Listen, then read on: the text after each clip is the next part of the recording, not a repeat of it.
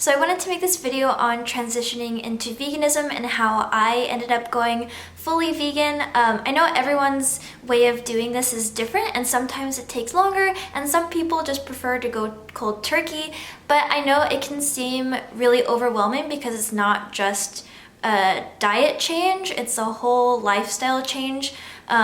So I just kind of want to go over all of this and make it as concise as possible, and hopefully there's something for everyone to take away, whether or not you plan on going vegan or maybe just eating vegan once a week, or I don't know.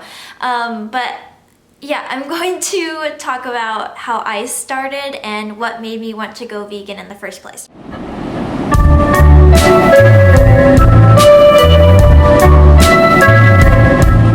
So I had a really wonderful professor in school and I was taking two of his classes at the same time. It was Animal Rights as Ecofeminism and my Human Rights class.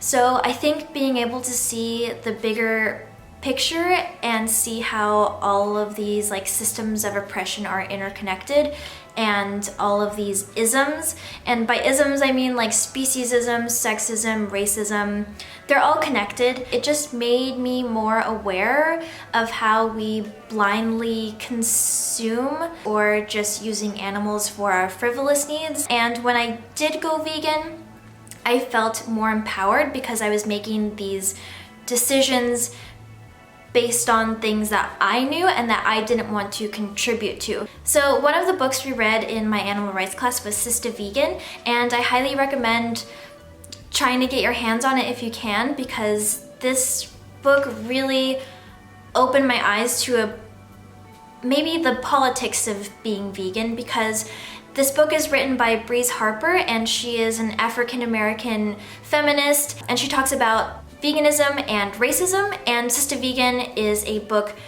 by her and a whole bunch of other black women talking about being vegan. So I don't really want to get into the politics of veganism because I feel like that's a totally separate video, and also I don't think I know as much as I should. I don't feel qualified to talk about it in like an in-depth way, but Harper does have a YouTube channel and she doesn't upload very often, but when she does it's really special, and I think everything she talks about is super important.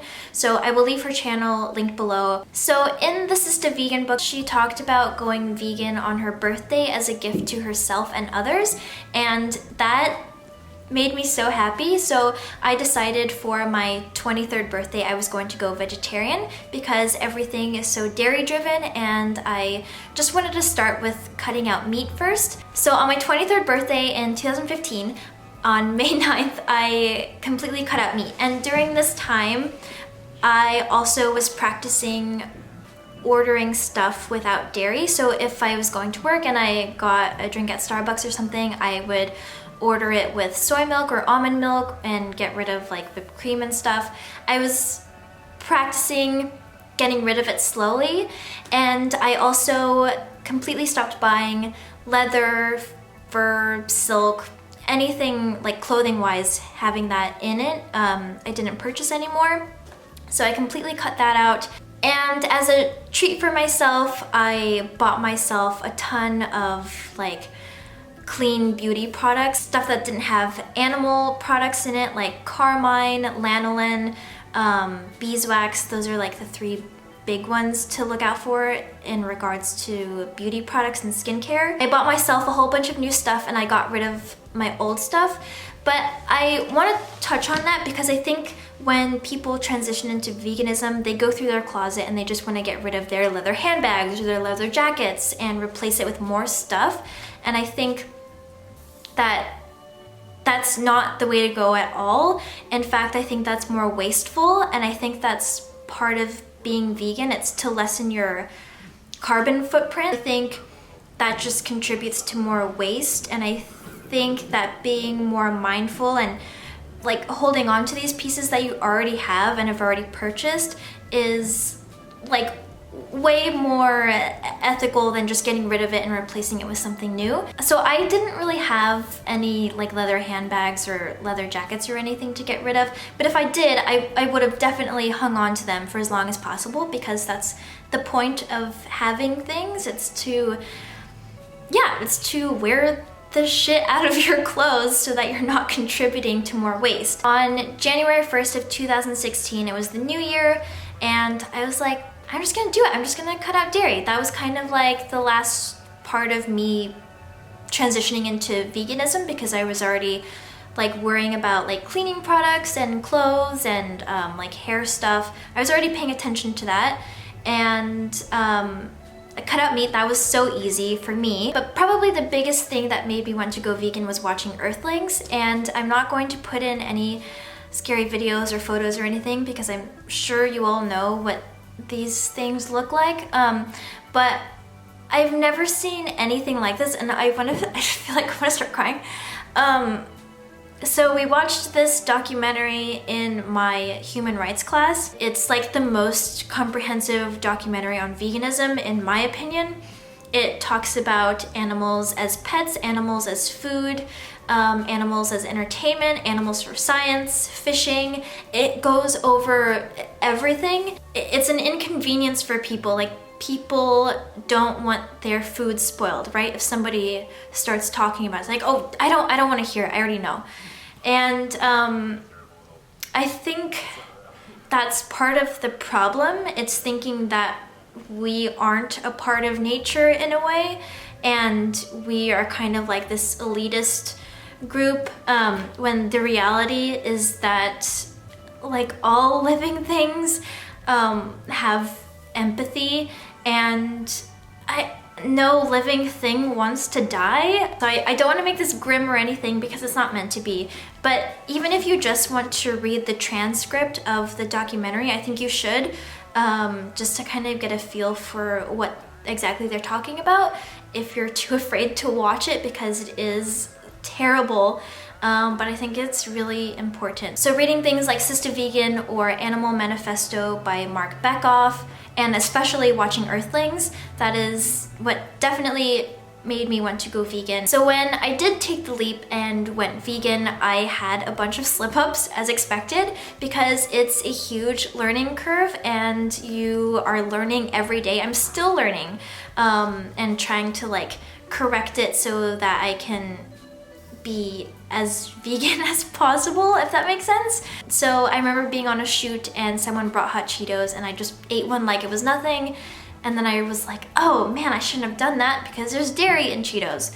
But I think these slip-ups are really important, because you realize that you're human, you're gonna make mistakes, and especially in regards to diet, you just don't do it next time. You just learn from it. And I've been vegan for 3 years now, and there are still things that come up that I had no idea about. Like, someone was asking me about shooting film, and I had no idea that gelatin was in film, but it is. And she was saying, I don't really consider myself vegan because I shoot film. And I was like, well, that's so disappointing, because I think film will never be vegan. I don't think it's that big of an industry, and it's, you know, I don't think people care enough to like make that non-vegan.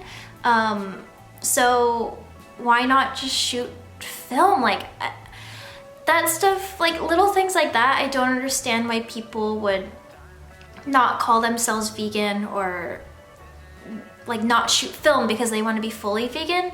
I mean, and there's so much stuff, right? Like razors, the little strips on razors. I still don't even fully know what that's all about, which I probably should look into it. And someone was asking me about contacts. I guess contacts aren't vegan, but I can't see. I need to wear contacts. Like, there are just things like that you just have to deal with. And maybe some extreme vegans would be like, well, get LASIK. I don't know. I've never met anybody like that before. But I know the internet is like a totally different place for vegans and veganism. Another thing that I got recently was I was wearing these earrings from Young Frank that I got a while ago, and there's They're like pearl earrings. And I got a comment asking my thoughts on pearls and if they were even vegan. I never thought to think of this, and I Googled it. Sure enough, they're not vegan. So now that I know, I'm not going to be purchasing jewelry with pearls anymore. You just learn and you correct it, and that's all you can do. Like I said, I'm still learning. I'm sure there's more stuff that I don't even know that's not vegan that I use.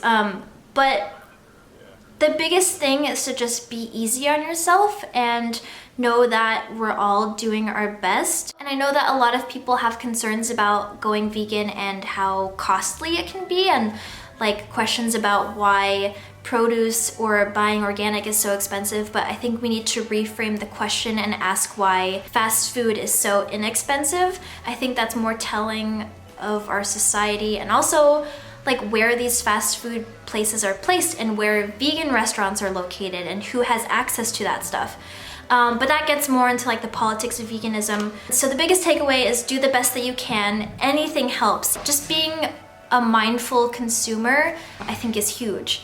So I know this video was all over the place, and I know I said I was trying to make it as concise as possible, but there's so much to talk about. And if you have any questions for me, please leave them in the comments below, and I will try to answer them to the best of my ability. But I'm no expert. I am human, and I'm trying to do the best that I can too. So be easy on yourselves, be gentle. Thank you for watching, and I will see you guys in my next video. Bye.